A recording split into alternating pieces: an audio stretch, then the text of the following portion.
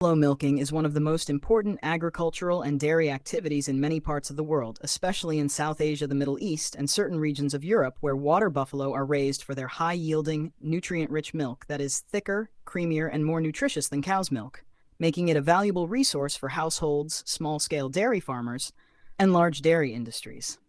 And the entire process of buffalo milking is not only about the act of extracting milk from the udder,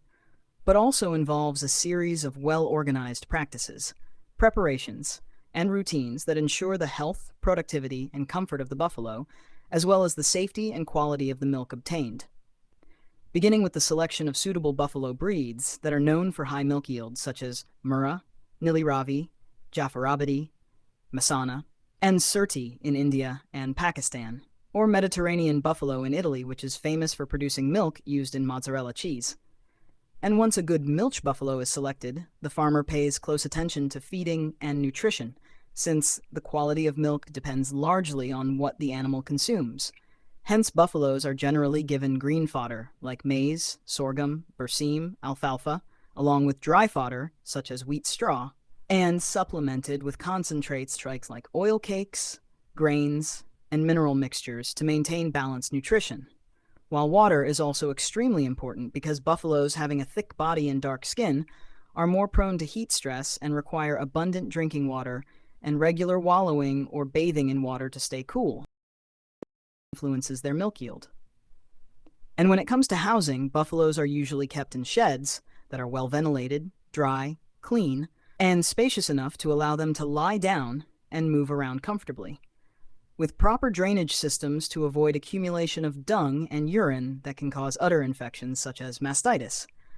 And in the milking routine, hygiene is a critical factor, as the farmer must wash his hands thoroughly before milking. Clean the buffalo's udder and teats with warm water or disinfectant solution to remove dirt, dust, or any infectious agents. And gently massage the udder to stimulate the milk letdown reflex, which is controlled by oxytocin hormone. And in traditional rural setups, milking is mostly done by hand, where the farmer uses a full hand method to squeeze and draw milk into a clean container. While in commercial dairy farms, mechanical milking machines are increasingly being used as they save time, reduce labor, ensure uniform milking, and maintain higher standards of hygiene. Though many farmers still prefer hand milking because buffaloes have a calm temperament and bond well with their caregivers, making manual milking possible with less stress. And usually buffaloes are milked twice a day, early morning and evening, with the interval between milkings kept at about 12 hours to maintain consistent yield and avoid engorgement of the udder.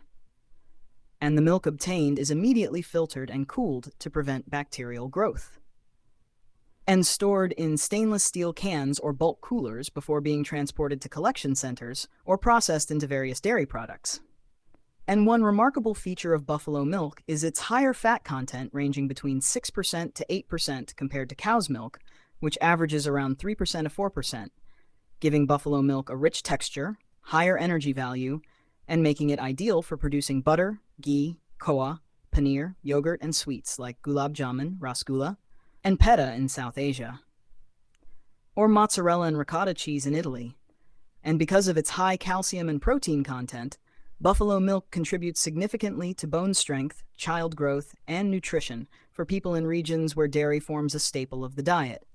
And in terms of milking technique, farmers must be careful not to hurt the buffalo or pull teats roughly, because that can cause teat injuries, stress, and reduced yield. And they should avoid incomplete milking, as it can result in mastitis or reduction of milk flow in future. And the udder should be stripped at the end of each milking to ensure complete removal of milk. While calves often play an important role in traditional milking practices, since buffaloes sometimes let down milk only when the calf is allowed to suckle for a few seconds before milking starts, after which the calf is tied aside while the farmer completes the process. And once milking is over, farmers often apply antiseptic solutions on teats to prevent infections and provide the buffalo with some feed to keep it relaxed. And when looking at the economics of buffalo milking, it is observed that although buffaloes generally yield less milk per day than high-yielding exotic cows like Holstein Friesian or Jersey, Their milk fetches a higher price because of its fat and solids not fat (NEF) content. And buffaloes are also more adaptable to local climates in Asia, resist many tropical diseases better than exotic cattle, and have a longer productive life, making them a preferred choice for smallholder dairy farmers, and in regions like India and Pakistan, where more than half of the total milk production comes from buffaloes. Milking is not only a source of family nutrition, but also a vital source of livelihood and rural income, with women playing a major role in daily milking and milk management, contributing to household empowerment and gender equity.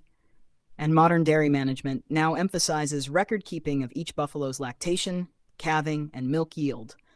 to monitor performance and select high-yielding animals for future breeding. And artificial insemination is widely used to improve genetic potential for higher yield and disease resistance. And buffalo milking practices also include seasonal considerations because buffaloes are sensitive to heat and often reduce milk yield in hot months. So farmers use fans, sprinklers, water baths, and shaded housing to maintain comfort and continuous productivity. While in colder climates, buffaloes require protection from chilling winds and warm bedding.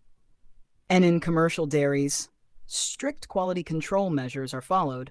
such as milk testing for fat percentage, SNF, adulteration, and microbial load before it is accepted for processing, and training programs for farmers are frequently conducted to educate them about clean milking practices, udder health management, animal nutrition, and milk handling to improve both yield and quality. And in terms of cultural and traditional value, buffalo milking has deep roots in societies where it is not just an economic activity, but also a heritage practice, with festivals, rituals, and local customs often linked to buffalo rearing and milking. And farmers take pride in maintaining healthy herds and producing pure milk for their families and communities. And in the global dairy market,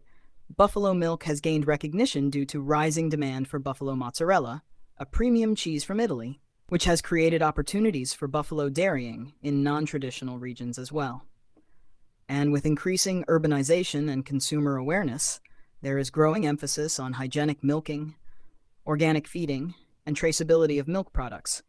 encouraging farmers to adopt modern technologies such as automatic milking machines, bulk milk coolers, milk analyzers, and mobile apps for farm management, while still retaining the traditional knowledge that has been passed down for generations about buffalo behavior, care, and milking techniques. And looking ahead,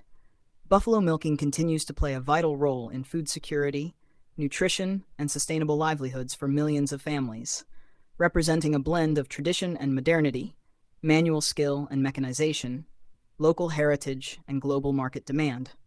all centered around the humble yet immensely valuable act of drawing milk from the buffalo udder with care, respect, and responsibility toward the animal and the community that depends on it.